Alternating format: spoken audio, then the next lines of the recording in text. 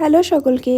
তা আজকে দেখছি যে আমাদের নিজেদের বাড়ির পালং শাক আজকে রান্না হবে। বাড়ির সামনে বেশ কিছুটা জায়গায় আমার শ্বশুরমশাই কটা দানা ছড়িয়ে দিয়েছিল পালংয়ের, তো সেখান থেকেই দেখছি ভালো মতো শাকটা হয়েছে, আর সেখান থেকে তুলে এনে এনেই খাওয়া হচ্ছে।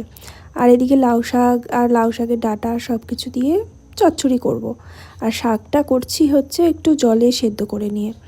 জলটা এখানে কড়াতে দিয়েছি কিছুটা, আর ওদিকে শাকটা সেদ্ধ হচ্ছে। আর এদিকে আমি আনাজগুলো পাঁচফোড়ন দিয়ে তো বসিয়ে দিয়েছি। ব্যাস কিছুই না, এটা একটু ভেজে নেব, তারপরে আস্তে আস্তে মশলাগুলো দেব।